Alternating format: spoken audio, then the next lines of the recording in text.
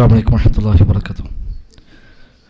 بسم الله الحمد لله اللهم صل على محمد وعلى آل محمد كما صليت على إبراهيم وعلى آل إبراهيم إنك حميد مجيد. اللهم بارك على محمد وعلى آل محمد كما باركت على إبراهيم وعلى آل إبراهيم إنك حميد مجيد.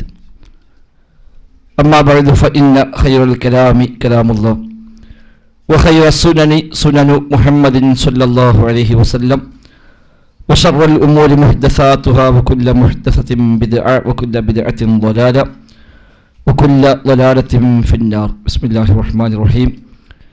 يا أيها الذين آمنوا اتقوا الله حق تقاته ولا تموتن إلا وأنتم مسلمون. ബഹുമാന്യരായ ആദർശ സഹോദരങ്ങളെ,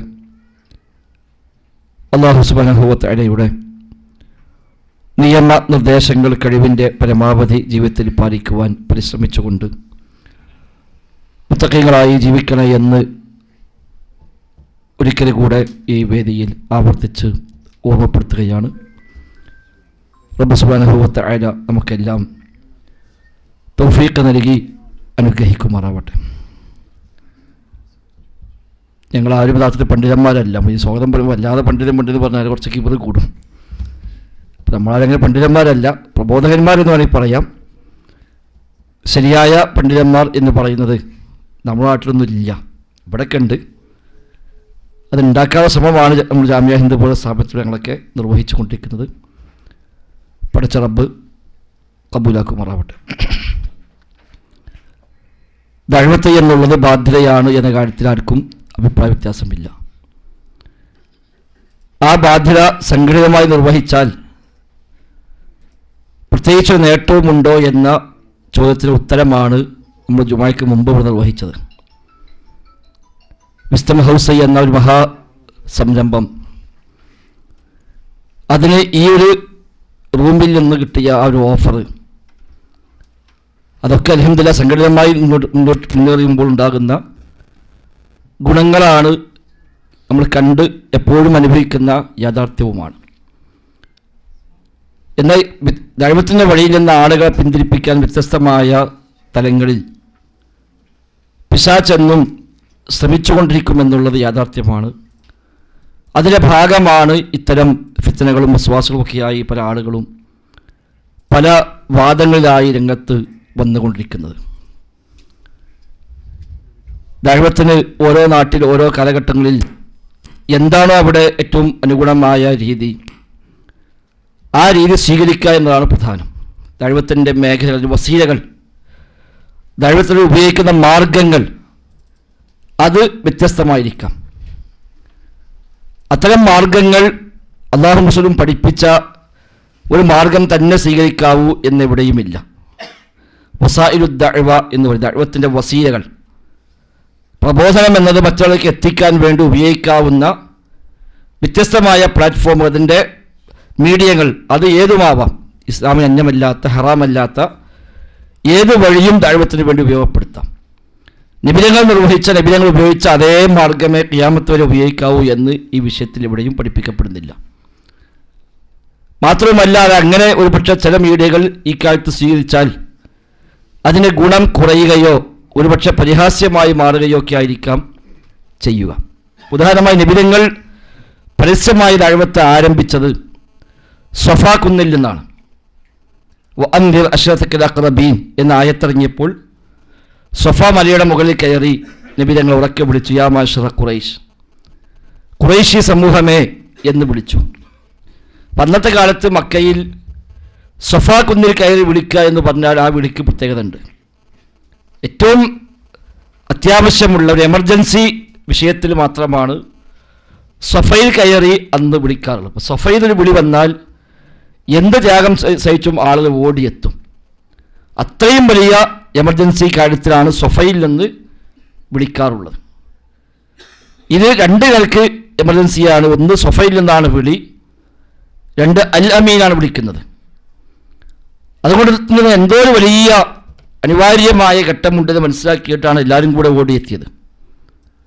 എല്ലാവരും വന്നപ്പോൾ നബി ഞങ്ങൾ പൊതുവായി ആ കുടുംബങ്ങളെ എടുത്തുകൊണ്ട് വിളിച്ചു പറഞ്ഞു. അതോടൊപ്പം വ്യക്തികളെ പ്രത്യേകം വിളിച്ചു.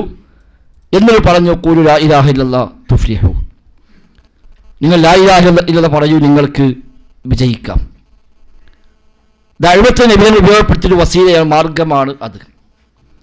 ഇത് മനസ്സിലാക്കിയ ഒരു ദാഴി നാട്ടിൽ കയറി മതൻ്റെ മേലെ കയറിയിട്ട് വിളിച്ചങ്ങനെ ഉണ്ടാവും? ആ നാട്ടിൽ ചെന്നൊരു മതൻ്റെ മേലെ കയറി നാട്ടിലൊക്കെ വിളിച്ചത് എല്ലാവരും വലിയ വിളിച്ചെത്തിയിട്ടുണ്ടെങ്കിൽ അത് നബിയുടെ അതേ മാതൃക അയാൾ പിൻപറ്റി എന്ന് ആരെങ്കിലും പറയോ? ഇനി അങ്ങനെ ചെയ്യാൻ വല്ല കൽപ്പനയും നമുക്കുണ്ടോ?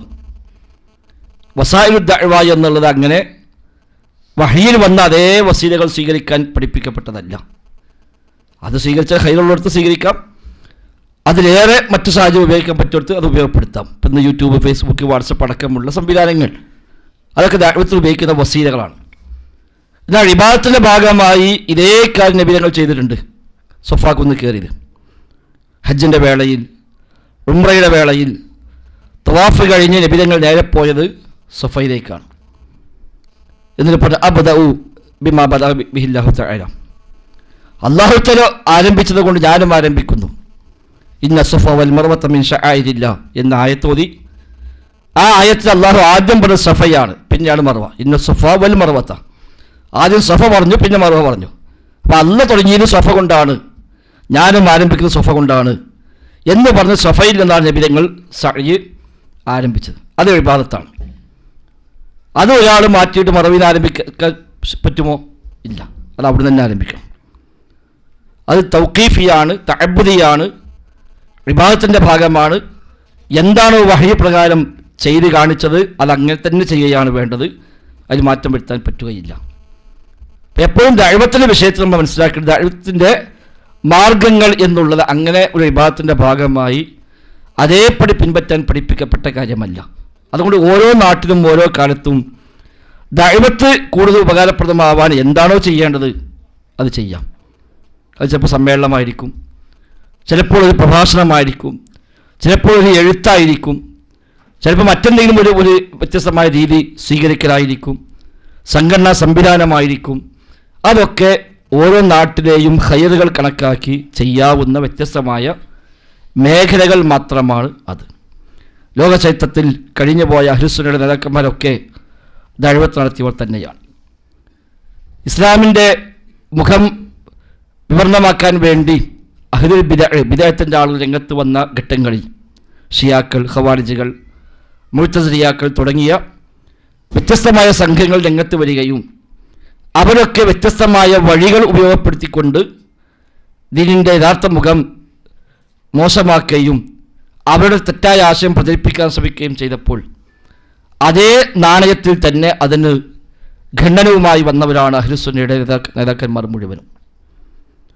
ഗ്രന്ഥങ്ങൾ എഴുതി, കിതാബുകൾ എഴുതി തങ്ങളുടെ തെറ്റായ നയം പ്രചരിപ്പിക്കാൻ ശ്രമിച്ചപ്പോൾ അതേ ഭാഷയിൽ ഖണ്ഡന ഗ്രന്ഥങ്ങൾ ധാരാളമായി ലോകചരിത്രത്തിൽ എഴുതപ്പെട്ടു. ഇമാം ബുഖാരിയുടെ ഖൽഖു അഫ്ആലിൽ ഇബാദ് എന്ന കിതാബ് മുഅ്തസിലിയാക്കൾക്കുള്ള ഖണ്ഡനമാണ്. ഇബ്നു തൈമിയ്യ റഹിമഹുള്ളയുടെ പല കിതാബുകളും വ്യത്യസ്തമായ വിഭാഗങ്ങൾക്കുള്ള ഖണ്ഡനങ്ങളാണ്. അന്ന് അതിനെ പ്രതിരോധിക്കാൻ അവർ ഉപയോഗിച്ചൊരു മാർഗമാണ് അത് എന്നർത്ഥം. സംവാദങ്ങൾ മറ്റൊരു മാർഗമാണ്. ഇന്നിപ്പോൾ ഇത്തരം ആളുകൾ വലിയൊരു പ്രശ്നം സംവാദം നടത്താൻ പാടുണ്ടോ പാടില്ല എന്നതാണ്. സംവാദം എന്നത് അനിവാര്യമായ ഘട്ടങ്ങളിൽ ഏത് കാലത്തും നടന്നിട്ടുണ്ട്, നടക്കേണ്ടതുമാണ്. അതേസമയം അത് അടിസ്ഥാന മാർഗമായി സ്വീകരിച്ച് നാട്ടുകൂടെ ഇങ്ങനെ നടന്ന സംവാദത്തിനുണ്ടോ ചോദിക്കുന്ന ശൈലി അഹ്ലുസുന്ന സ്വീകരിക്കാറില്ല. ഇങ്ങോട്ട് സംവാദത്തിന് വെല്ലുവിളിക്കുകയും അത് ഏറ്റെടുക്കാൻ അനിവാര്യമായി മാറുകയും ചെയ്യുന്ന ഘട്ടങ്ങളിൽ എല്ലാ കാലത്തും അത് സ്വീകരിച്ചിട്ടുണ്ട്. നീ ഇങ്ങോട്ട് വെല്ലുവിളിക്കാതെയും അങ്ങോട്ട് പോയി സംവാദം നടത്തിയ ഘട്ടങ്ങളും ഉണ്ടായിട്ടുണ്ട്. ഈ ഉമ്മത്തിലെ ഒന്നാമത്തെ സംവാദം ഇബ്നു അബ്ബാസ് റളിയല്ലാഹു അൻഹു നടത്തിയ സംവാദമാണ് ഖവാരിജുകളുമായിട്ട്. അലി ഇബ്നു അബീ ത്വാലിബ് ഖലീഫയായ കാലത്ത് ഖവാരിജുകൾ എന്ന് പറയുന്ന ഒരു വിഭാഗം ഉടലെടുത്തു. ഉസ്മാൻ അഫ്ഫാൻ്റെ കാലത്ത് അവരുണ്ട്. ഉസ്മാൻ അഫ്ഫാനെ കൊന്നത് യഥാർത്ഥത്തിൽ അവരാണ്. പിന്നീട് അത് വലിയൊരു വിപ്ലവമായി പൊട്ടിപ്പുറപ്പെട്ട് പതിനായിരക്കണക്കായ ആളുകൾ അതിൽ ചേർന്ന് മുസ്ലിമീങ്ങൾ അങ്ങനെ രണ്ട് വിഭാഗമായി മാറി അലി ഇബ്നു അബീ ത്വാലിബ് റളിയല്ലാഹു അൻഹു അവരുമായി അവസാനം യുദ്ധം പ്രഖ്യാപിക്കുന്ന സാഹചര്യം വരെ ഉണ്ടായി. അത്രയേറെ ഫിത്നകൾ അവരെ കൊണ്ട് സമൂഹത്തിലുണ്ടായി.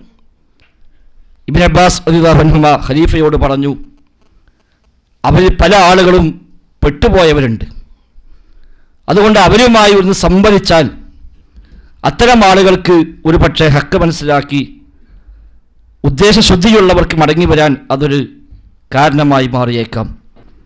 ഞാനതിന് സന്നദ്ധനാണ്, നിങ്ങൾ അനുവാദം നൽകുകയാണെങ്കിൽ. ഖലീഫ അലി ഇബ്നു അബീ ത്വാലിബ് പറഞ്ഞു, വേണ്ട, അവരുടെ സ്വഭാവം വളരെ മോശമാണ്, അവർ എന്തും ചെയ്യാൻ മടിക്കയില്ല, ഒരു പക്ഷേ ദേഹോപദ്രവം ഏൽപ്പിക്കാൻ വരെ അവർ തയ്യാറാവും എന്ന് ഖലീഫ പറയുകയും, എന്നാൽ ഇബ്നു അബ്ബാസ് റളിയല്ലാഹു അൻഹു തൻ്റെ ഒരു ആത്മവിശ്വാസം പ്രകടിപ്പിക്കുകയും ഖലീഫയുടെ അനുവാദമുണ്ടെങ്കിൽ അത് ഏറ്റെടുക്കാമെന്ന് ആവർത്തിച്ച് പറയുകയും ചെയ്തപ്പോൾ അദ്ദേഹത്തിൻ്റെ ആ ഒരു നിലപാട് കണ്ടപ്പോൾ ഖലീഫക്ക് തോന്നി അദ്ദേഹത്തിന് പറഞ്ഞയക്കാം. അങ്ങനെ ഇബ്നു അബ്ബാസിനെ പറഞ്ഞയച്ചു. ഇബ്നു അബ്ബാസ് അവരെ മൊത്തം വിളിച്ചുകൂട്ടി അവരുമായി സംവദിച്ചു. ആയത്തുകളും ഹദീസുകളും ധാരാളമായി ഓതിക്കൊണ്ട് അവരുടെ ഭാഗം തെറ്റാണ് എന്ന് അദ്ദേഹം ബോധ്യപ്പെടുത്തുകയും ആ സംവാദം കഴിയുമ്പോൾ 20,000 ആളുകൾ തൗബ ചെയ്ത് ശരിയായ മാർഗത്തിലേക്ക് മടങ്ങുകയും ചെയ്തു എന്നത് ചരിത്രമാണ്. അതുകൊണ്ട് ഖവാരിജികൾക്ക് എന്നും ഏറ്റവും വെറുക്കപ്പെട്ട ആൾ പിന്നീട് ഇബ്നു അബ്ബാസ് ആയിരുന്നു. പലപ്പോഴും അദ്ദേഹത്തെ കൊല്ലാൻ വരെ ശ്രമിക്കുകയും കഅബയുടെ പരിസരത്ത് പോലും സംസമിൻ്റെ പരിസരത്ത് പോലും വെച്ച് ഇബ്നു അബ്ബാസ് വളരെ മോശമായ ശൈലിയിൽ വ്യത്യസ്തമായ പദപ്രയോഗങ്ങൾ നടത്തി ആക്ഷേപിക്കുകയും ഇബ്നു അബ്ബാസിന് ഒരു സ്വൈര്യവും കൊടുക്കാതെ ബുദ്ധിമുട്ടിക്കുകയും ചെയ്ത ഖവാരിജികളെ പറ്റിയൊക്കെ നമുക്ക് ചരിത്രത്തിൽ കാണാൻ കഴിയും. അവസാനം ഖവാരിജികൾ ശല്യം സഹിക്കവയ്യാതെ അവർക്കെതിരെ ഇബ്നു അബ്ബാസ് പ്രാർത്ഥിക്കുന്നത് പോലും ചരിത്രത്തിലുണ്ട്. ശേഷം പലരും അതേ മാതൃക സ്വീകരിച്ചവരുണ്ട്. അബൂ ഹനീഫ ഇമാം റഹിമഹുല്ലാ അന്നത്തെ യുക്തിവാദികളുമായി സംവാദം നടത്തിയവരാണ്. ഇമാം ഷാഫി റഹിമഹുല്ലാ അന്നത്തെ വ്യത്യസ്ത കക്ഷികളുമായി സംവദിച്ചവരാണ്. ഇമാം അഹ്മദ് പരസ്യമായി സംവാദം നടത്തിയവരാണ്. ഭരണാധികാരിയുടെ മുമ്പിൽ വെച്ച് മുഅ്തസിലികളുമായി പരസ്യമായി ഇബ്നു അബീ ദുവാദ് എന്ന് പറയുന്ന മുഅ്തസിലികളുടെ നേതാവുമായി ഇമാം അഹ്മദ് പരസ്യമായി സംവദിച്ചത് ചരിത്രത്തിലുണ്ട്.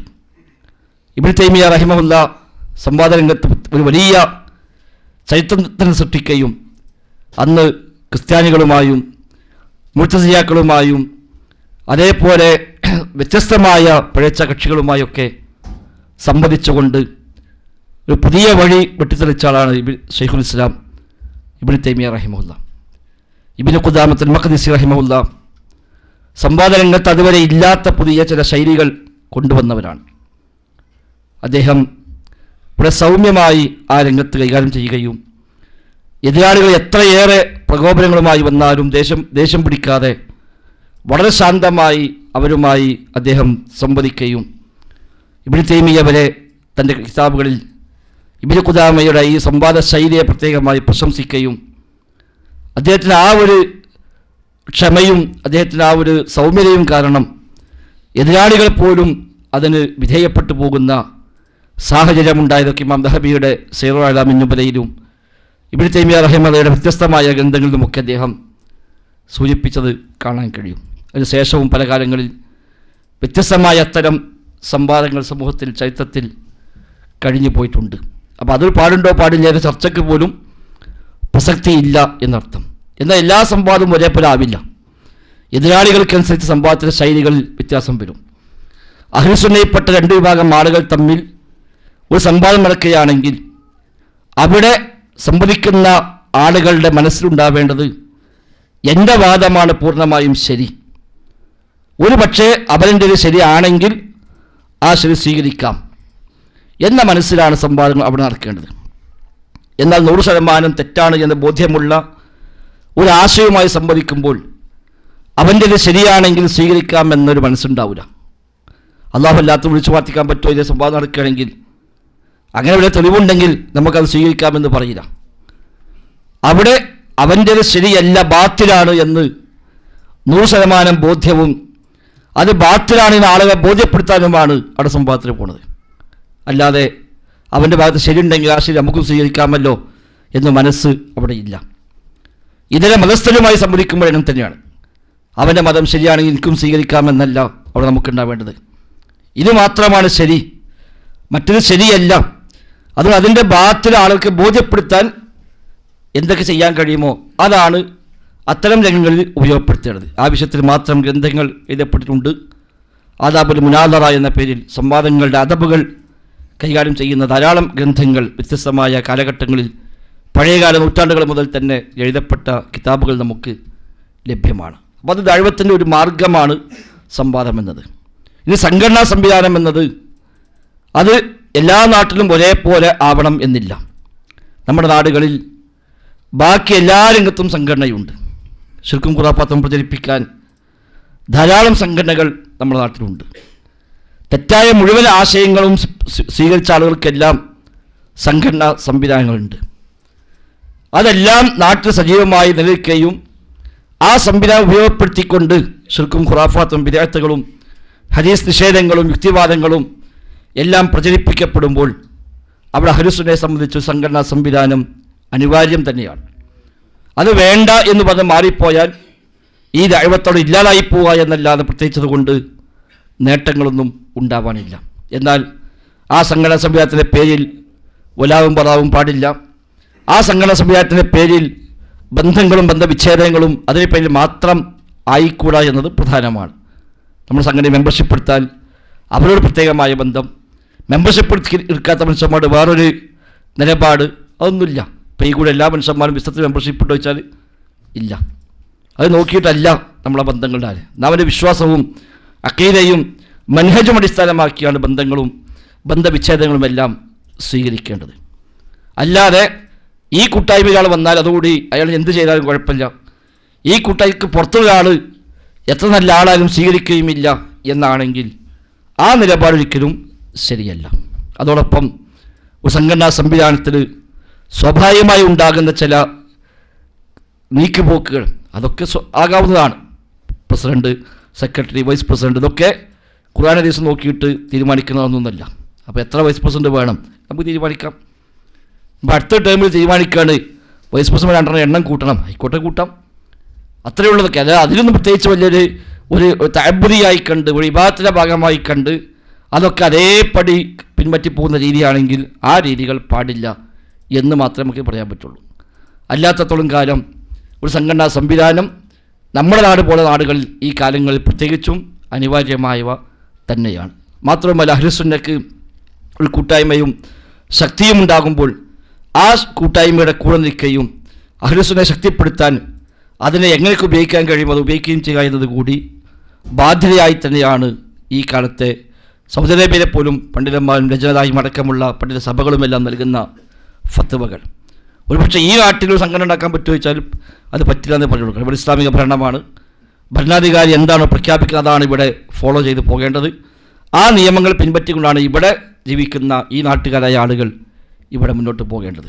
അതേസമയം ഇന്ത്യ പോലുള്ള യൂറോപ്യൻ രാജ്യങ്ങൾ പോലുള്ള പ്രദേശങ്ങൾക്ക് ധാരാളം ചോദ്യങ്ങൾ ലജ്ന ദായിമൊക്കെ വരികയും ഷെയ്ഖ് ഇബ്നു ബാസിനെ പോലുള്ള പണ്ഡിതന്മാരൊക്കെ അവിടെ നൽകുന്ന ധാരാളം ഫത്വകൾ നമുക്ക് കാണാനും കഴിയും. അവിടെയൊക്കെ ആ നാട്ടിൽ അത്തരം സംഘടനാ സംവിധാനം ഉണ്ടെങ്കിൽ അതിനെ കൂടെ നിൽക്കണമെന്ന് പ്രത്യേകം എടുത്തു പറയുകയും അവരൊക്കെ ഉദാഹരണമായി പോലും ഈജിപ്തിലൊക്കെയുള്ള അൻസാർ സുന്നത്തുൽ മുഹമ്മദിയ പോലെ ഇന്ത്യയിലുള്ള ജമിയത്ത് അഹ്ലെ ഹദീസ് പോലെയുള്ള സംവിധാനങ്ങൾ തന്നെ പ്രത്യേകമായി ഉദാഹരണമായി എടുത്തു പറഞ്ഞുകൊണ്ട് ഇത്തരം സംവിധാനങ്ങളെ ശക്തിപ്പെടുത്തുകയും കൂടെ നിൽക്കുകയും ചെയ്യണമെന്ന് വരെ അവരൊക്കെ ഫത്വകൾ നൽകിയത് ധാരാളമായി കാണാൻ കഴിയും.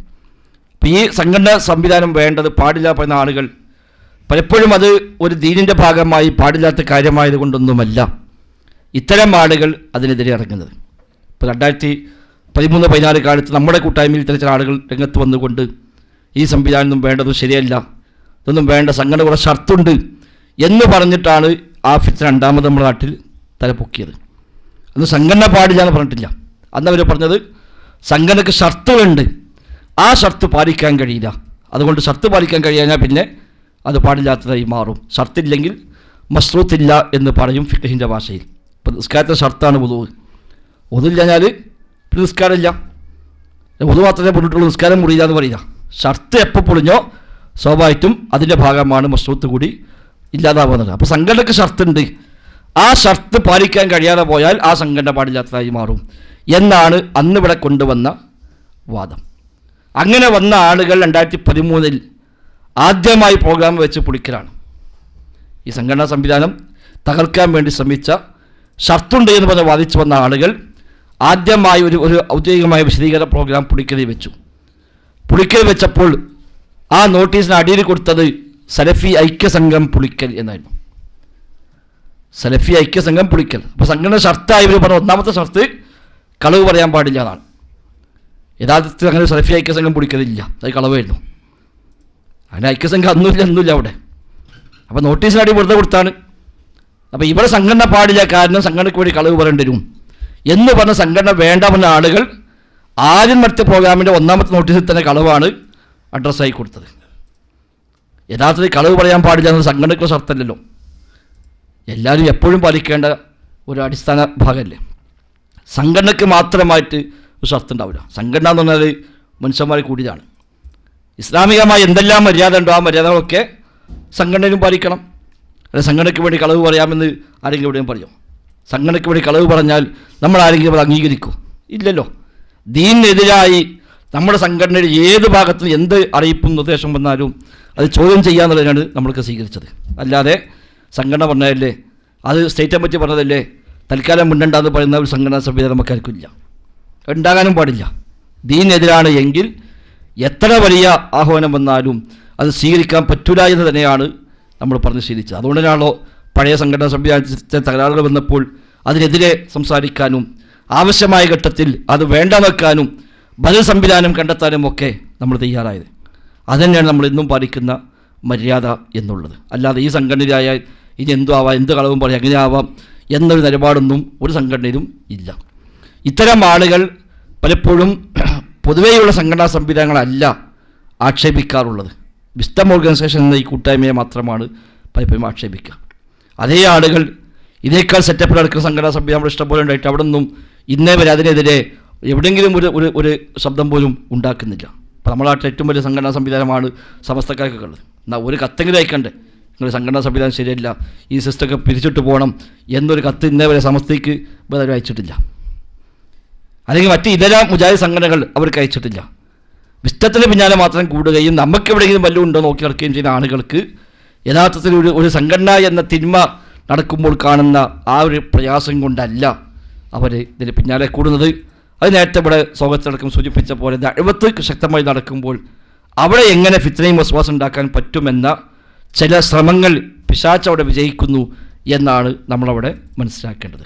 ശക്തമായി സജീവമായി ദഅവാരംഗത്തുണ്ടായിരുന്ന ആളുകൾ പോലും ഇത്തരം ചില വസ്വാസങ്ങളിലൂടെയൊക്കെ നിർത്തി അവസാനിപ്പിച്ച് പോകുന്ന ധാരാളം അനുഭവങ്ങൾ നമ്മളൊക്കെ കാണുന്നുണ്ട്. പിന്നെ അതിന് ഓരോന്നിങ്ങനെ ചികിത്സകഞ്ഞ് അന്വേഷണം ഉണ്ടാക്കുകയാണ്. ഒരാൾ പാലിക്കുന്നില്ല, അതേപോലെ ഡെമോക്രസിയെ ഇവർ അംഗീകരിക്കുന്നു തുടങ്ങിയ വാദങ്ങളൊക്കെ അതൊക്കെ വെറുതെ ഫിത്നയുടെ ഭാഗമായി കൊണ്ടുവരിക മാത്രമാണ്. അല്ലാതെ നമ്മളാരും പാലിക്കാത്ത ബാറാരും ഇവിടെ പാലിക്കുന്നില്ല. ഈ പറഞ്ഞ മനുഷ്യന്മാർ ഇതിനപ്പുറത്ത് എന്ത് ബറാഗ് പാലിക്കുന്നത്?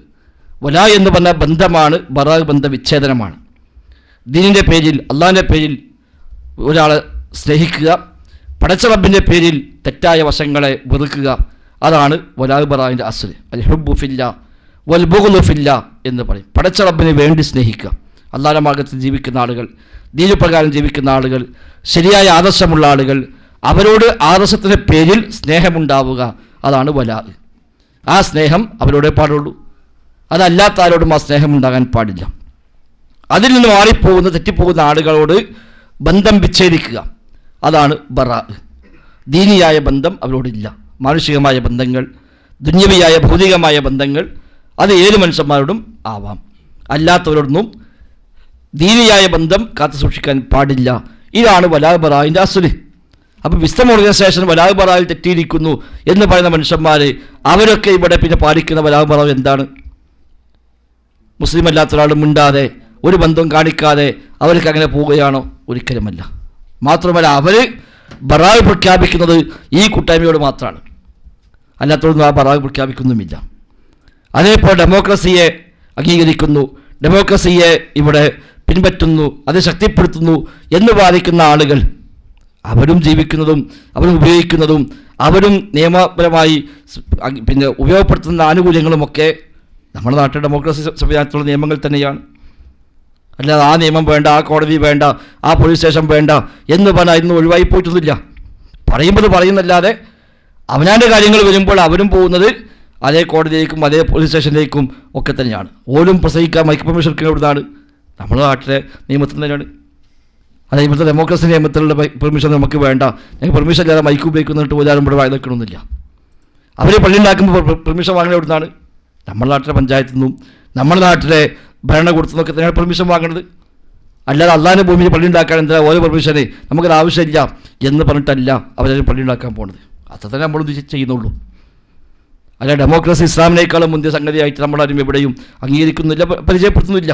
ലോകത്തെ ഏറ്റവും നല്ല സംവിധാനം ഇസ്ലാം മാത്രമാണ്. ഇസ്ലാമിനേക്കാൾ മുന്തിയതോ ഇസ്ലാമിനോട് കിടപിടിക്കുന്നതായ ഒരു സംവിധാനം ലോകത്തെവിടെയും ഉണ്ടായിട്ടില്ല, ഉണ്ടാവുകയുമില്ല. ഇന്നദ്ദീന ഇൻദല്ലാഹിൽ ഇസ്ലാം. തീർച്ചയായും ദീന് പഠിച്ചവർക്ക് ഇസ്ലാം മാത്രമാണ്. അതിനേക്കാൾ മുന്തിയ സംവിധാനമില്ല. ഒരു സംവിധാനവും അതിനേക്കാൾ മുന്തിയതാവുകയുമില്ല, അങ്ങനെ വിശ്വസിക്കാൻ പറ്റുകയുമില്ല. അതാണ് ഇതിന് അസുല്.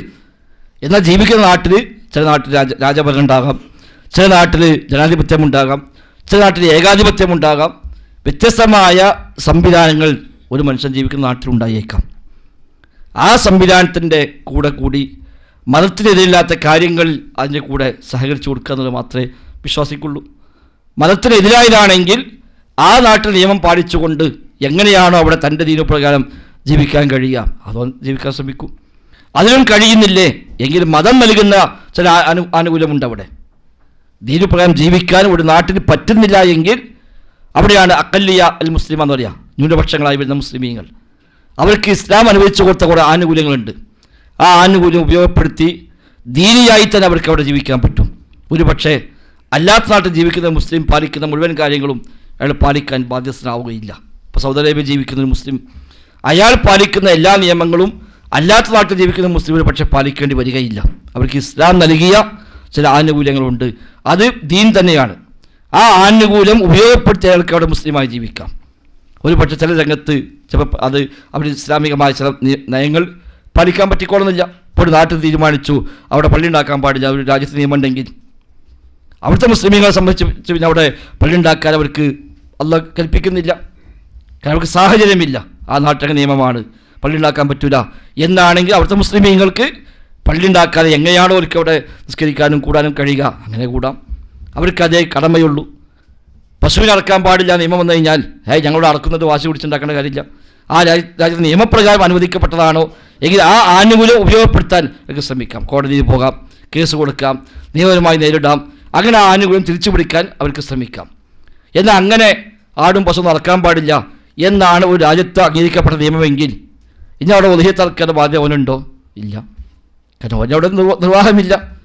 അവിടെ അവർക്ക് അള്ളാഹു നൽകുന്ന ചില ഇളവുകൾ ആ വിഷയത്തിലുണ്ട്. ആ ഇളവുകൾ അവർക്ക് ഉപയോഗപ്പെടുത്തിക്കൊണ്ട് തന്നെ അവർക്ക് അവിടെ മുസ്ലിമായി ജീവിക്കാൻ കഴിയും. അല്ലാതെ ഇവിടെ ഈ സംവിധാനമൊന്നും പാടില്ല, അതുകൊണ്ട് ഈ നാട്ടിലെ ഹിജറ പോകണം എന്ന് പറഞ്ഞ് പോകുന്ന രീതിയൊന്നും ശരിയല്ല. ഇങ്ങനെ പറഞ്ഞ മനുഷ്യന്മാരൊന്നും ഹിജറ പോകണമില്ല. അവർക്ക് ഹിജറ പോയാൽ കുറേ ഫിത്ന ഒഴിവായി കിട്ടുക. ഏറെ മനുഷ്യന്മാരെ കണ്ട് ഹിജറ പോയാൽ തന്നെ കുറേ ഫിത്ന ഒഴിവാകും, ഷർട്ട് പോകില്ല. ഇതൊക്കെ പറയും ചെയ്യും, എന്നാൽ അതേ നാട്ടിൽ എല്ലാ ആനുകൂല്യം പറ്റിക്കൊണ്ട് അവിടെ ജീവിക്കുകയും ചെയ്യും. ഇഖ്തിലാത്ത് പാടില്ല, വലിയ പ്രശ്നം ഉണ്ടാക്കി ഇവിടെ ആണും പെണ്ണും ഒരുമിച്ച് കൂടുന്ന സ്കൂളുകളുണ്ട്, അവിടെ കുട്ടികളെ പറഞ്ഞേക്കാൻ പാടില്ല എന്ന് പ്രസംഗിക്കുന്ന മനുഷ്യന്മാരെപ്പോഴും അവിടെ പഠിപ്പിക്കാനാണ്. അവരെപ്പോഴും പഠിപ്പിക്കാൻ ആകെ ഒറ്റ ആളെ ജ്യോതി രാജിച്ചിട്ടുള്ളൂ, ബാക്കി ആരും രാജിച്ചിട്ടില്ല. ഒരേ ഒരു മനുഷ്യൻ മാത്രമാണ് ആ കൂട്ടത്തിൽ ഈ ന്യായം പറഞ്ഞ് ജ്യോതി രാജിച്ചു പോകുന്നത്. ആയിക്കോട്ടെ, അവർക്കുള്ള അവകാശമുണ്ട്.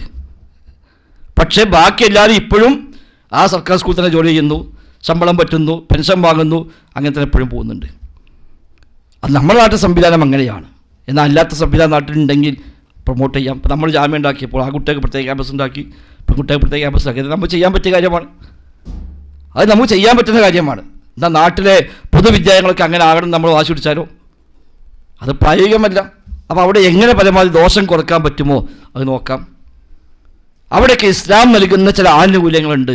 ആ ആനുകൂല്യം ഉപയോഗപ്പെടുത്തിക്കൊണ്ട് നമുക്ക് റബ്ബ് നൽകിയ ഇളവുകൾ ഉപയോഗിച്ചുകൊണ്ട് എങ്ങനെ മുസ്ലിമായി ജീവിക്കാൻ കഴിയുമോ അങ്ങനെ ജീവിക്കുക എന്നതാണ് അവിടെ ഉള്ളത്. അതിൻ്റെ പേരിൽ മൊത്തം സംവിധാനത്തെ തച്ച് തകർത്ത് ഇതൊന്നും ശരിയല്ല എന്ന് പറഞ്ഞ് പോകുന്ന ഫിത്നകൾ മാത്രമാണ്. പിന്നെ ഇൽമ പറഞ്ഞ കുറേ ആളുകൾ വരും, കുറേ ചില ചോദ്യങ്ങളുമായി വരും. നിങ്ങൾ എത്ര കാലമായി ഇവിടെ പ്രവർത്തിക്കുന്നത്? 15 കൊല്ലം 20 കൊല്ലമായി ഇസ്ലാഹി സെൻ്ററാളായിട്ട്. എനിക്ക് ഉസൂൽ സലാത്ത് അറിയിക്കാം, എനിക്കറിയില്ല, ഇതല്ല ഇപ്പം നിങ്ങൾ മുജാഹിദ് എന്ന് ചോദിച്ചാൽ അപ്പോൾ ശരിയാട്ടെ, ഞാനിപ്പോൾ 15-20 കൊല്ലമായി ഇസ്ലാഹി സെൻ്ററിൻ്റെ ഭാരവാഹിയാണ്, ഉസൂൽ സലാത്ത് അതിനെ പഠിച്ചിട്ടില്ല, അതിന് ബേജാറാണ് അവസ്ഥ. ഉസൂൽ സലാത്ത് എല്ലാ നാടന്മാരും പഠിക്കാൻ പറഞ്ഞ കിതാബൊന്നുമല്ല.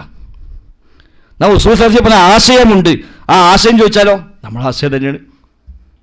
ഉസൂൽ സലാത്ത് ഇങ്ങനെ അറബി വായിച്ച അർത്ഥം വെച്ച് അതിങ്ങനെ കത്ത് നിർത്താനേ ഒരാൾ അക്കീദ ശരിയാവുള്ളൂ എന്നൊന്നുമില്ല. ഉസൂൽ സലാത്ത് എഴുതിയ കിതാബ് മുഹമ്മദ് അബ്ദുൽ വഹാബാണ്. അദ്ദേഹം ജീവിക്കുന്നതിന് മുമ്പ് ഇവിടെ അക്കീദ ശരിയായിട്ട് മനുഷ്യന്മാർ ജീവിച്ചിട്ടില്ലേ. പക്ഷേ ഉസൂൽ സലാത്തിലെ അക്കീദയാണ് നമ്മുടെ അക്കീദ. ആ കിതാബ് വായിച്ച അർത്ഥം വെച്ചെങ്കിലേ ശരിയാവുള്ളൂ എന്നൊന്നുമില്ല. അതിൽ പറഞ്ഞ അസ്ലെന്താണോ അത് നമ്മുടെ അസ്ലാണ്. കിതാബ് തൗഹീദ് പഠിപ്പിച്ച അസ്ലെന്താണോ അതാണ് നമ്മുടെ അസ്ല്. അത് ഖുർആൻ ഹദീസ് പഠിപ്പിച്ച അസ്ലാണ്. അത് ക്രോഡീകരിച്ചൊരു പുസ്തകമാക്കി എന്നേ ഉള്ളൂ. അത് മതവിദ്യാർത്ഥികൾ അത് പഠിക്കുന്നു, അത് പഠിപ്പിക്കുന്നു. ഇപ്പം നമ്മുടെ ജാമ്യയിലൊക്കെ 100 കുട്ടികൾ കിതാബ് തൗഹീദ് ഹിഫ്ളാക്കിയ കുട്ടികളാണ്, ഉസൂൽ സലാത്ത് കാണാപ്പാട് പഠിച്ച കുട്ടികളാണ്. ഒരുപക്ഷെ കേരളത്തിൽ ഇത്രയേറെ ഈ അഖീദ ഗ്രന്ഥങ്ങൾ പ്രചരിപ്പിക്കുന്ന നമ്മുടെ കൂട്ടായ്മയെ പോലെ വളരെ കൂട്ടായ്മ ഉണ്ടാവില്ല. അതിനുവേണ്ടി മത്സരങ്ങൾ വെക്കുന്നു, അത് ധാരാളമായി പ്രചോദനം കൊടുക്കുന്നു, സമ്മാനങ്ങൾ നൽകുന്നു. ധാരാളം വിദ്യാർത്ഥികൾ അഖീദ കിതാബുകളൊക്കെ ഹിഫ്ളാക്കി എത്രയോ കുട്ടികൾ നമ്മുടെ ജാമ്യയിലൊക്കെ അൽഹംദുലില്ലാഹ് ഉണ്ട്. അഖീദത്ത് ത്വഹാവിയെ ഹിഫ്ളാക്കിയ കുട്ടികൾ, അഖീദ വാസിത്തിയെ ഹിഫ്ളാക്കിയ കുട്ടികൾ, അതേപോലെയുള്ള അഖീദയുടെ പ്രധാനപ്പെട്ട ഗ്രന്ഥങ്ങൾ അഇമ്മത്തു ദഅവത്തിന് ഇവിടെ നേതൃത്വം കൊടുത്ത ഇമാമുമാർ, പണ്ഡിതന്മാർ രചിച്ച ഗ്രന്ഥങ്ങൾ അതൊക്കെ കാണാതെ പഠിക്കുകയും അതിന് ശറഹുകൾ പഠിക്കുകയും ചെയ്ത ആ സിലബസ് തന്നെയാണ് നമ്മുടെയും സിലബസ്. അല്ലാതെ ഒരു നാട്ടിലെ എല്ലാ സാധാരണക്കാരും കിതാബ് തൗഹീദ് പഠിച്ചോളണം, ഉസൂൽ സലാത്ത് പഠിച്ചോളണം എന്നൊന്നും ഇവിടെ ഇല്ല. എന്നാൽ കിതാബ് തൗഹീദും ഉസൂൽ സലാത്തിലും പഠിപ്പിക്കുന്ന ആശയം എന്താണോ ആ ആശയമാണ് ശരിയായ ആശയം. അത് സലഫി അഖീദയാണ്, അത് ഖുർആനും ഹദീസും പഠിപ്പിക്കുന്ന ആശയമാണ്. ആ ആശയമായിരിക്കണം ഒരാൾ സ്വീകരിക്കുന്നത്, അല്ലാതെ മറ്റൊന്നുമില്ല.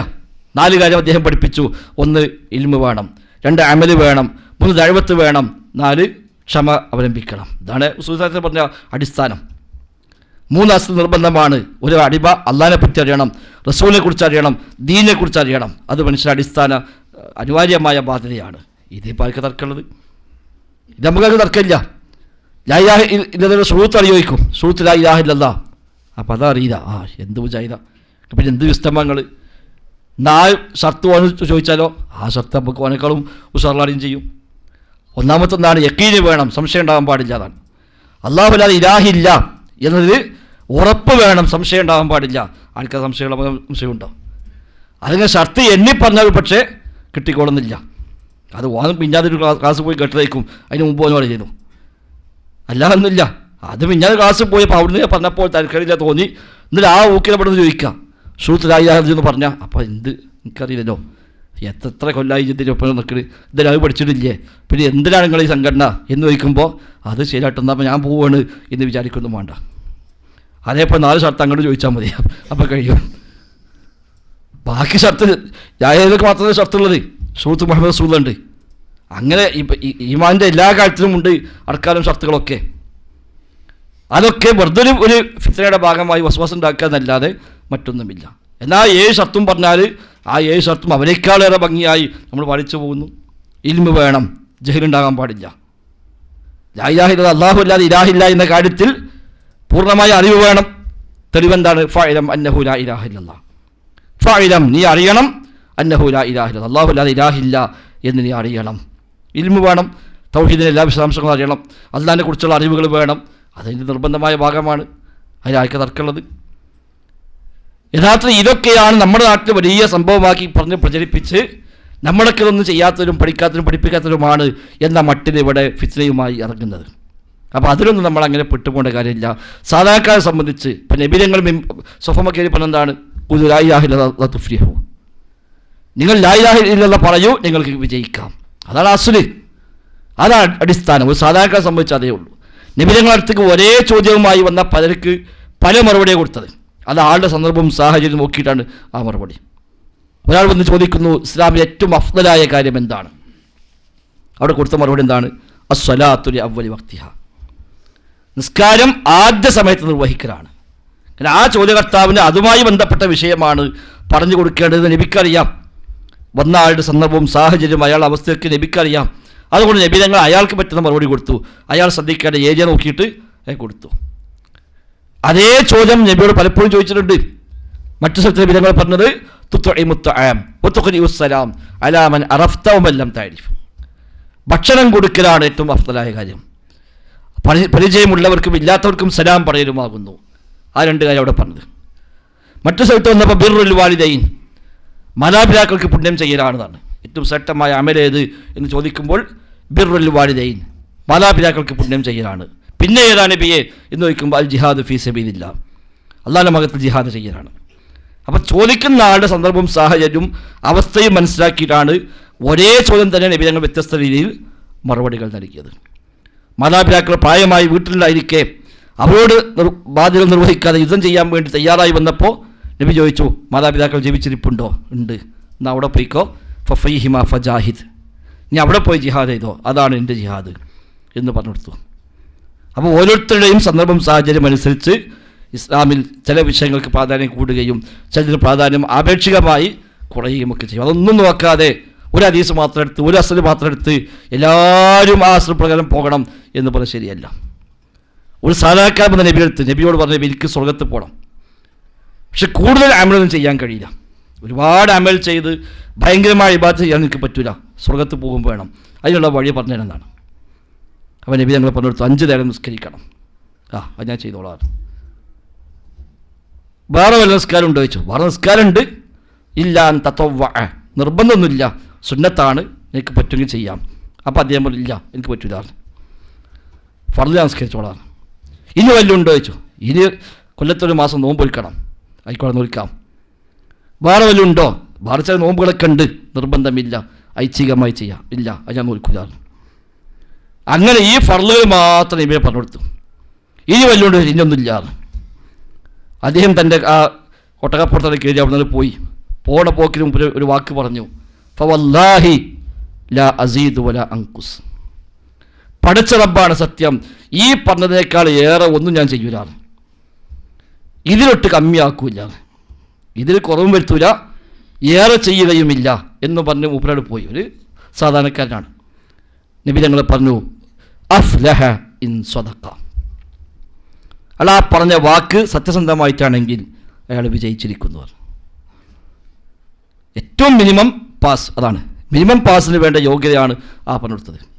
അതേസമയം അബ്ദുല്ലാഹി ഇബ്നു അംർ നബി തങ്ങൾ പറഞ്ഞു, യാ അബ്ദുല്ലാ ലാ തകുൻ മിസ്ല ഫുലാനിൻ കാന യഖൂമുൽ ലൈല സുമ്മ തറക, അബ്ദുല്ലാ നീ ഇന്ന ആളെപ്പോലെ ആവരുത്, അയാൾ രാത്രി നിസ്കരിക്കുമായിരുന്നു, പിന്നെ അത് ഒഴിവാക്കി, അയാളെപ്പോലെ നീ ആവരുത്, നീ രാത്രി നിസ്കരിക്കണം. അത് നബി കൊടുത്ത ഉപദേശമാണ്.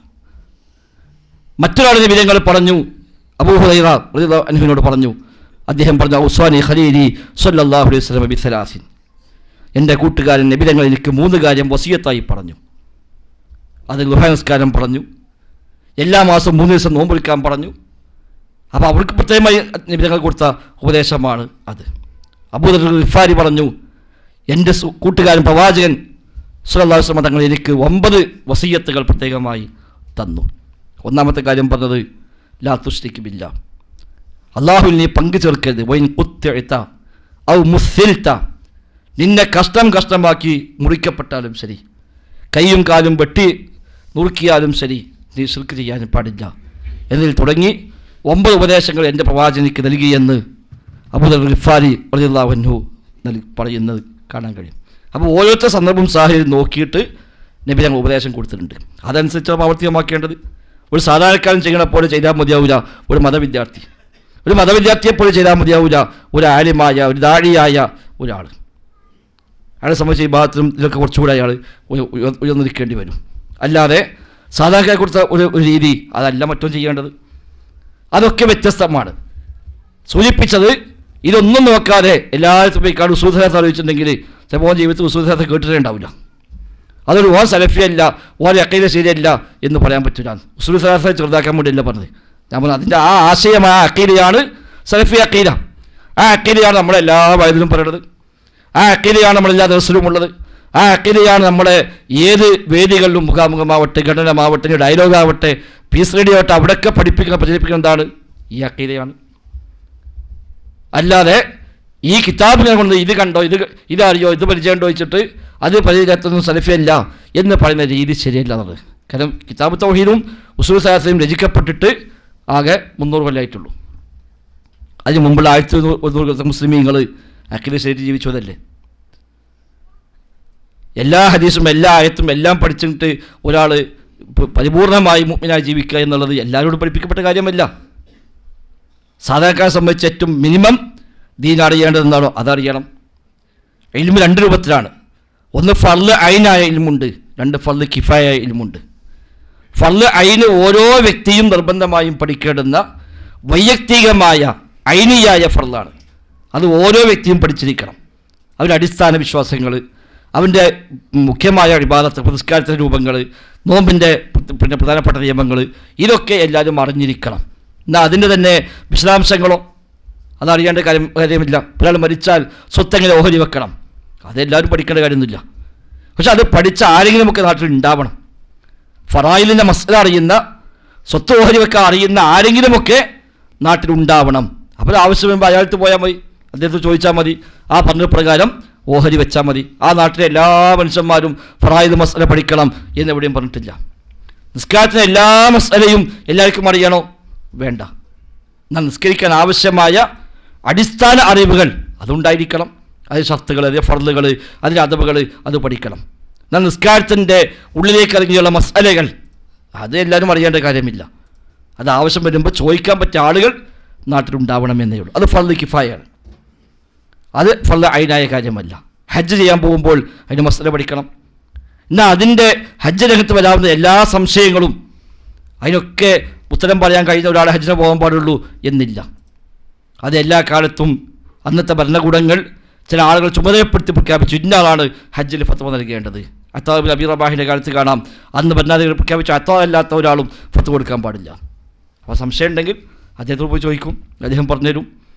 ഇന്നും അങ്ങനെ തന്നെയാണ്. ഹജ്ജാവുമ്പോൾ പ്രത്യേകമായി ഗവൺമെൻറ് നിശ്ചയിക്കും ആരൊക്കെയാണ് അതിൻ്റെ കാര്യങ്ങൾ കൈകാര്യം ചെയ്യേണ്ടത്, അതിന് ഇദാരിയായ കാര്യങ്ങൾ ആരൊക്കെയാണ്, ഇൽമിയായ മേഖല ആരൊക്കെയാണ്, അത് ഓരോ പള്ളിയായ ക്ലാസ് എടുക്കേണ്ടത് ആരൊക്കെയാണ് തീരുമാനിക്കും. അല്ല അവർ ക്ലാസ് എടുക്കും, സംശയമുണ്ടോ അവരോട് പോയി ചോദിക്കാം. അത് എല്ലാവരും ഇവിടെ ഹജ്ജിന് വരുന്ന ലക്ഷക്കണക്കിന് മനുഷ്യന്മാർ അവർ ഈ കണ്ട എല്ലാ മസ്അലയും പഠിച്ചിട്ട് ഹജ്ജിന് വരാൻ പാടുള്ളൂ എന്നിവിടെ ഇല്ല എന്ന പോലെ തന്നെയാണ് ഈ വിഷയത്തിലൊക്കെ. അപ്പോൾ അതൊക്കെ എന്തോ ഒരു വലിയ കണ്ടുപിടുത്തമായി ഓരോ 4 ദിവസം ഒപ്പം പോയപ്പോഴേക്കും ഓരെന്തോ വലിയ സംഭവമായി. നമ്മൾ ഇത്രയും കാലം നടന്നിട്ടും ഇതൊന്നും കേട്ടിട്ടില്ല എന്ന് വിചാരിച്ചിട്ട് ഈ സംവിധാനം ശരിയല്ല, ഈ സിസ്റ്റം ഒന്നും വേണ്ട എന്ന് പറഞ്ഞ് പോകേണ്ടതില്ല. അങ്ങനെയൊക്കെ പോയിട്ട് അവസാനം എടുക്കത്തേച്ച് ഒന്നും ഉണ്ടാവില്ല. ഒരു 6 മാസം കഴിഞ്ഞ് നോക്കുമ്പോൾ സുഖസാസി ഉണ്ടാവില്ല, ഒരു അസുരം ഉണ്ടാവില്ല. അന്നത്തെ ആവേശമൊക്കെ ഉണ്ടാവുന്നല്ലാതെ ഒരു 5-6 മാസം കഴിഞ്ഞ്, ഒരു കൊല്ലം കഴിഞ്ഞ് ഓടി ചോദിച്ചാൽ സുഖസാസി ചൊല്ലിക്കാട്ടുണ്ടെങ്കിൽ അതൊക്കെ മറന്നു. അതിപ്പോൾ അന്ന് കേട്ടപ്പോൾ ഇതിപ്പോൾ കാണാൻ അറിയും, അത്രേ ഉണ്ടാവുള്ളൂ. അപ്പോൾ അതൊക്കെ ഫിത്നകളാണ്. ഈ ദഅ്വ വഴിയിൽ നമ്മളെ പിന്തിരിപ്പിക്കാനുള്ള വ്യത്യസ്തമായ മാർഗ്ഗങ്ങളാണ്. ദഅ്വത്തിൻ്റെ വഴിയിൽ ചെയ്യാൻ പറ്റാവുന്ന എന്തൊക്കെ സേവനമുണ്ടോ അതൊക്കെ ദീന് സപ്പോർട്ട് തന്നെയാണ്. പ്രസംഗിക്കൽ മാത്രമല്ല ദഅ്വത്തുന്നത്. ഇപ്പോൾ ഒരുത്തുമ്പോൾ ഇത് റെക്കോർഡ് ചെയ്യുന്നു, ഇതിന് ഭാഗമാക്കാവാണ്. ഇത് എഡിറ്റ് ചെയ്യും, അത് ഭാഗമാക്കാവലാണ്. ഈ മൈക്കെടുത്തും ശരിയാക്കും, അത് ഇതിൻ്റെ ഭാഗമാവലാണ്. ഇതൊക്കെ പാടെ കൂടുമ്പോഴാണ് ഒരു സംഘടനാ സംവിധാനം എന്ന് പറയുന്നത്. അത് ഈ ഖൈറിൻ്റെ ഭാഗമാവലാണ്. ഞാൻ നേരത്തെ തുടക്കത്തിൽ പറഞ്ഞ പോലെ അത് തഅബ്ബുദിയല്ല, അതിൻ്റെ വസീലകളാണ്. ആ വസായിൽ ഖൈറായ ദീനെതിരല്ലാത്ത എന്തൊക്കെയുണ്ടോ അതൊക്കെ പ്രതിഫലാർഹമായി മാറും. അതിന് നോട്ടീസ് ഉണ്ടാകും, ആ നോട്ടീസ് ഷെയർ ചെയ്യും, അത് ഗ്രൂപ്പിലൂടെ കൊടുക്കും. അതൊക്കെ ദഅ്വത്തിൻ്റെ ഭാഗമാവിൽ തന്നെയാണ്. അല്ലാതെ അതിനൊന്നും കുരുട്ടില്ലാന്നില്ല. അതൊക്കെ ഖൈറിനെ അറിയിക്കലാണ്. മൻ ദല്ല അലാ ഖൈരിൻ ഫലഹു അജ്റു മിസ്ലി ഫാഇലിഹി.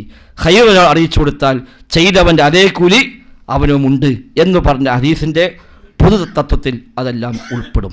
അതുകൊണ്ട് നമ്മളെ സംബന്ധിച്ച് അൽഹംദുലില്ലാഹ് നമ്മുടെ നാട്ടിൽ നമുക്ക് കിട്ടിയ ഏറ്റവും വലിയ നിഅമത്ത് തന്നെയാണ് ഇത്തരം സംഘടനാ സംവിധാനം ഉണ്ടായി എന്നുള്ളത്. ഇപ്പോൾ ഈ സംഘടനാ സംവിധാനം ഇല്ലെങ്കിലോ എന്നാൽ നമ്മൾ ചെയ്യേണ്ടതാണ് നമ്മുടെ ദഅ്വത്ത് എന്നുള്ളത്. ഇങ്ങനെ ഒരു ഓർഗനൈസേഷനും ഇല്ല, സംഘടനാ സംവിധാനങ്ങളും ഇല്ല, ആരും ഇവിടെ വഴുതെക്കാനും ഇല്ല, ആരും ഇസ്ലാഹി സെൻ്റർ ഉണ്ടാക്കിയിട്ടുമില്ല. എന്നാലും നമ്മുടെ ബാധ്യതയാണ് ദഅ്വത്ത്. ഒന്നിച്ചാകുമ്പോൾ ആ ദഅ്വത്തിന് കുറച്ചുകൂടി സൗകര്യമായി കുറച്ചുകൂടി ആശ്വാസം കിട്ടി മാത്രമല്ല ഒന്നിച്ച് നീങ്ങുമ്പോൾ വലിയ വലിയ പ്രതിഫലങ്ങൾ നമ്മൾ പോലും അറിയാതെ നമുക്ക് കിട്ടിക്കൊണ്ടിരിക്കുക. ചെറിയ ചെറിയ പരിശ്രമം കൊണ്ട് വലിയ പ്രതിഫലം. പീസ് റേഡിയോ 24 മണിക്കൂറും അത് ദഅ്വ സജീവമായി നിൽക്കുന്നുണ്ട്. സ്വാഭാവികമായി നമ്മളൊക്കെ ഈ കൂട്ടായ്മയുടെ ഭാഗമായി നിൽക്കുമ്പോൾ പീസ് റേഡിയോ നടക്കുന്ന ഓരോ പ്രോഗ്രാമിനും നമുക്കും കൂലിട്ട് തന്നെയാണ്. നമ്മളതിൻ്റെ അത് ഷെയർ ചെയ്യുന്നുണ്ട്, അത് ആൾക്ക് അറിയിച്ചു കൊടുക്കുന്നുണ്ട്, അതിൻ്റെ കൂടെ നമ്മൾ കൂടിയിട്ടുണ്ട്, സാമ്പത്തികമായി സഹായിച്ചിട്ടുണ്ട്. ഏതെങ്കിലും അർത്ഥത്തിൽ അതിൻ്റെ ഒരു വഴിയിലെങ്കിലും നമ്മളൊക്കെ സപ്പോർട്ട് ചെയ്തിട്ടുണ്ടാവില്ല. അത് ഒരു മുഴുവൻ സമയം ഖൈറിന് നടക്കുമ്പോൾ നമുക്ക് കൂലി കിട്ടുന്നു. ജാമിയ അൽ ഹിന്ദ് സംഘടന സംവിധാനം ഉണ്ടായപ്പോൾ, ഒരു കൂട്ടായ്മ ഉണ്ടായപ്പോൾ അതിൻ്റെ ഒരു ഔട്ട്പുട്ടാണ് ജാമിയ അൽ ഹിന്ദ് എന്നുള്ളത്. എത്രയോ ആളുകൾക്ക് ദീന് പഠിക്കാൻ അവസരമായി. ഹിക്കമികൾ ഇന്ന് എല്ലാ സ്ഥലത്തും അൽഹംദുലില്ലാഹ് ദഅ്വാ രംഗത്ത് സജീവമായിട്ടുണ്ട്. അപ്പോൾ അതിന് പൈസ കൊടുത്ത ആളുകൾ, അതിനുവേണ്ടി പരിശ്രമിച്ച ആളുകൾ, അവിടെ അധ്വാനിച്ച ആളുകൾ, അവിടെ പഠിപ്പിച്ച ആളുകൾ, അതൊക്കെ ഇതിൻ്റെ ഭാഗമായി മാറുകയാണ്. ഈ സംഘടന ഒന്നും വേണ്ട ഇതൊക്കെ പോയ മനുഷ്യനോ എന്താണ്ടാവുക? ഇതൊന്നുണ്ടാവുന്നല്ലോ. ഇതെല്ലാം ഉണ്ടായത് കൂട്ടായ്മയും സംവിധാനവും ഉണ്ടായപ്പോൾ തന്നെയാണ്. അതുകൊണ്ട് ആവശ്യമില്ലാത്ത ഫിത്നയും ഫസാദൊക്കെ വരുമ്പോൾ അതൊക്കെ ഫിത്നയാണ്, എൻ്റെ ഈമാൻ തെറ്റാൻ മാത്രമേ കാരണമാകുള്ളൂ എന്ന തിരിച്ചറിവാണ് ആ രംഗത്ത് നമുക്കുണ്ടാവേണ്ടത്. ഇനി ദീനെതിരായിട്ട് നമ്മുടെ സംഘടന വല്ലതും ഉണ്ടോ? നമുക്ക് ആർക്കും ശ്രദ്ധപ്പെടുത്താം. ദീനെതിരായി നമ്മുടെ കൂട്ടായ്മ വല്ലതും പറയുകയോ ചെയ്യുകയോ ചെയ്യുന്നുണ്ടെങ്കിൽ നമുക്ക് സ്വാഭാവികമായും അതിൻ്റെ ആളുകളോട് ബോഡികൾ ഒക്കെ ചോദിക്കാം, എന്തെങ്ങനെ കണ്ടല്ലോ, ഇത് ശരിയല്ലല്ലോ, ഈ ആയത്തിനെതിരല്ലേ, ഈ ഹദീസിനെതിരല്ലേ എന്ന് ചോദിച്ചാൽ അത് ഒന്നുകിൽ ആയത്തിനെതിരല്ല എന്ന് കൃത്യമായി ബോധ്യപ്പെടുത്തി തരും. അതല്ല അങ്ങനെ എതിരാണ്, ഒരു അബദ്ധമാണ് എങ്കിൽ അത് അബദ്ധമാണ് മനസ്സിലാക്കുകയും അത് അവിടെ അവസാനിപ്പിക്കുകയും തിരുത്തുകയും ചെയ്യുകയും ചെയ്യും. അതിനൊന്നും ആർക്കും ഒരു അഭിപ്രായ വ്യത്യാസവുമില്ല. നമ്മുടെ കൂട്ടായ്മയുടെ ഏറ്റവും വലിയ പ്രത്യേകത പ്രമാണങ്ങൾ എന്ത് വന്നോ അത് മറ്റൊന്നും ആലോചിക്കാതെ സ്വീകരിക്കാൻ തയ്യാറാകുന്നു എന്ന് തന്നെയാണ്. ഒരു ഹദീസ് പോലും മാറ്റിവെക്കേണ്ടുന്ന തള്ളേണ്ടുന്ന ഒരു സാഹചര്യം ഇന്നേ വരെ അൽഹംദുലില്ലാഹ് നമ്മുടെ കൂട്ടായ്മക്ക് ഉണ്ടായിട്ടില്ല. എവിടെയെങ്കിലും ഒരു ഖുർആനോ ഹദീസോ പറഞ്ഞൊരു കാര്യം അത് സംഗതി ഹദീസൊക്കെ ഉണ്ട്, ഖുർആനൊക്കെ ഉണ്ട്, നമുക്കത് സ്വീകരിക്കാൻ കഴിയില്ല എന്നൊരു നിലപാട് ചർച്ച പോലും ഇന്നേ വരെ എവിടെ ഉണ്ടായിട്ടില്ല. നമ്മുടെ ബർക്കത്തും അത് തന്നെയാണ്. അവിടെ അത്തരം ഒരു സംവിധാനത്തിന് നേരെ സ്വാഭാവികമായും ഇത്തരം ചില ഫിത്നയും ഫസാദുമായി പലരും വരും, പിശാച് പലരും പറഞ്ഞേക്കും എന്നുള്ളതൊക്കെ സ്വാഭാവികമാണ്. അതൊക്കെ തിരിച്ചറിഞ്ഞ് ഒരു നല്ല കൂട്ടായ്മയുടെ കൂടെ തന്നെ മുന്നോട്ട് പോകുന്നതാണ് ഏറ്റവും വലിയ പ്രധാനം. ഈ കൂട്ടായ്മ വഴിമാറുകയാണെങ്കിൽ അവിടെ വഴിമാറാൻ സമ്മതിക്കുക എന്ന് പറഞ്ഞ് പിടിച്ചു നിർത്തേണ്ട ബാധ്യത കൂടി നമുക്കുണ്ട്. അതാ ചെയ്യേണ്ടത്. ഒരു മാറി നിന്ന് പുറത്തുനിന്ന് നോക്കുന്നൊരു അവസാനം അതൊക്കെ വിസ്തമം ഇപ്പോൾ കോലം മാറി, അതും പഴയ ഇതിക്ക് മാറിപ്പോവാണ് എന്ന അഭിപ്രായം പറയേണ്ടവരല്ല നമ്മളാരും. അവിടെ നിന്ന് ഇത് പറ്റൂല, ഇതങ്ങനെ കൊണ്ടുപോകാൻ സമ്മതിക്കൂല എന്ന് പറഞ്ഞ് ശരിയായ വഴിയിൽ ഇതിനെ നിലനിർത്താൻ ചെയ്യേണ്ട എന്തൊക്കെ ചെയ്യാൻ പറ്റുമോ അതൊക്കെ ചെയ്യേണ്ടവരാണ് നമ്മൾ. അങ്ങനെയൊക്കെ ചെയ്തു, പക്ഷേ എന്നിട്ടും കഴിയുന്നില്ല, അതിന് മറികടന്ന് പോവുകയാണെങ്കിലോ അപ്പോൾ സ്വാഭാവികം നമ്മൾ മാറിക്കേണ്ടിരും. എന്നാൽ പിന്നെ ഞാനതിൻ്റെ കൂടെ ഇല്ല എന്ന് പറയേണ്ടി വരും. അതാണ് നമ്മൾ കേന്ദ്രങ്ങളോട് ചെയ്ത പണി. പരമാവധി നമ്മൾ ഉള്ളിൽ നിന്നുകൊണ്ട് അതിനെ ശരിയാക്കാൻ പറ്റുമെന്നുള്ള പണി നോക്കി. അത് കഴിയാന്ന് ബോധ്യമായപ്പോൾ എന്നാൽ ശരി, അവരവർ വഴിക്ക് പോട്ടെ, നമുക്കേതായാലും നമുക്ക് ഒരു പദ്ധതി സംവിധാനം വേണം. അപ്പോഴേ കൂട്ടായ്മ മാറേണ്ടായത്. ഇതാണ് ദീനിയായി പാലിക്കേണ്ട മര്യാദകൾ. അതുകൊണ്ട് തന്നെ ഇത്തരം ദഅ്വാ സംരംഭങ്ങളുടെ കൂടെ നമ്മളാൽ കഴിയുന്ന എല്ലാ അർത്ഥത്തിലും നമ്മൾ കൂടെ കൊടുക്കുക. സാമ്പത്തികമായും ശാരീരികമായും പ്രാർത്ഥന കൊണ്ടും ഇതിന് വേണ്ട മറ്റു വ്യത്യസ്തമായ പിന്തുണകൾ കൊണ്ടുമൊക്കെ എന്തൊക്കെ ചെയ്യാൻ കഴിയുമോ അതൊക്കെ ചെയ്ത് ഒരു നന്മയുടെ ഒരു പ്രവാഹത്തിൽ ഭാഗമാക്കാവാൻ പരിശ്രമിക്കുക. തുച്ഛമായ വർഷങ്ങൾ ജീവിക്കുന്ന ഒരുപാട് ദൗർബല്യങ്ങളുള്ള ദുർബലന്മാരായ നമുക്ക് ഒറ്റക്ക് നിന്നിട്ട് ചെയ്യാൻ പറ്റുന്ന കാര്യങ്ങളിൽ വളരെ വളരെ പരിമിതിയുണ്ട്. ഒറ്റക്ക് നിന്നാൽ എന്താ ചെയ്യാൻ കഴിയുക? ഒന്നും ചെയ്യാൻ കഴിയില്ല, ഒന്നും ചെയ്യാൻ കഴിയില്ല. എന്നാൽ രണ്ടാൾ നിന്നാൽ തന്നെ കുറച്ചുകൂടി ബലമായി. ആ രണ്ടാൾ നാലാൾ ബലം കൂടി. ഒരു വലിയ ആൾക്കൂട്ടം ഒന്നിച്ച് പ്രമാണങ്ങളെ മുമ്പിൽ നിർത്തി അത് തെളിവായി സ്വീകരിച്ചുകൊണ്ട് ശരിയായ മനഹജ് ഉൾക്കൊണ്ടുകൊണ്ട് ഒരു നന്മയുടെ വഴിയിൽ ഒരു സംഘം ഒന്നാകെ ഒരു പ്രവാഹമായി പോകുമ്പോൾ അതിൽ കൂടാൻ കഴിഞ്ഞാൽ തന്നെ അൽഹംദുലില്ലാഹ് അത് വലിയ കാര്യമല്ലേ. ഒന്നില്ലെങ്കിലും ആ ടീമിൻ്റെ കൂടെ കൂടുക എന്നുള്ള ഹുമുൽ ഖൗമു ലാ യഷ്ഖാ ജലീസുഹും എന്ന് പറഞ്ഞ ഹദീസിൻ്റെ പൊതുവായ ആശയത്തിൽ അതൊക്കെ ഉൾപ്പെടുമെന്ന് നമുക്ക് പ്രതീക്ഷിക്കാം. നബി ഞങ്ങൾ പറഞ്ഞു, അള്ളാഹിൻ്റെ പള്ളി ഒരുമിച്ച് കൂടി ദീന് പറയുന്ന, ഖുർആൻ പഠിക്കുന്ന, അത് പഠിപ്പിക്കുന്ന, ദീൻ ചർച്ച ചെയ്യുന്ന ആളുകൾ, അവരെ കൂടെ ഇരിക്കുന്ന ഒരാൾ പോലും പരാജയപ്പെടുകയില്ല എന്നാണ് പഠിപ്പിച്ചത്. ആ കൂട്ടത്തിൽ ഇരുന്നാൽ ആ കൂട്ടത്തിൽ കൂടിയാണ് അയാൾ പരാജയപ്പെടുകയില്ല എന്ന് പറഞ്ഞതുപോലെ ഖൈറിൻ്റെ പ്രവാഹത്തിൽ ഏതൊക്കെ വഴിയിൽ നമുക്ക് കൂടെ കൂടാൻ കഴിയുമോ അതൊക്കെ ലാഭം മാത്രമാണ് ഉണ്ടാകുക. അവിടെയൊക്കെ അനാവശ്യമായ ചില ചിന്തകൾ ഇട്ടുതന്ന് വിശ്വാസം ഉണ്ടാക്കി ഇതൊന്നും ശരിയല്ല എന്ന് പറഞ്ഞൊക്കെ മാറി നിൽക്കാൻ എളുപ്പമുണ്ട്. ആ മാറലോടുകൂടി ഒരുപാട് ഖൈറുകൾ നഷ്ടപ്പെടുകയും അവസാനം ഒറ്റപ്പെട്ടവനെ ചെന്നായം പിടിക്കും എന്ന് പറഞ്ഞ പോലെ അവൻ മറ്റ് പല വഴികളിലും പെട്ട് അവസാനം ഒന്നുമില്ലാതായി മാറുകയും ചെയ്യുന്ന ധാരാളം അനുഭവങ്ങൾ നമ്മുടെ മുമ്പിൽ നമ്മൾ കാണുന്നുണ്ട്. അതൊക്കെ തിരിച്ചറിഞ്ഞ് ഈ ഒരു നന്മയുടെ പ്രവാഹത്തിൽ കൂടെ കൂടുക. അല്ലാഹു സുബ്ഹാനഹു വ തആല ഖൈറും ബർക്കത്തും നൽകി നമ്മയെല്ലാം അനുഗ്രഹിക്കുമാറാവട്ടെ. ബറക്കല്ലാഹു ഫീന ജമീഅ. അസ്സലാമു അലൈക്കും വറഹ്മത്തുള്ളാഹി വബറകാതുഹു.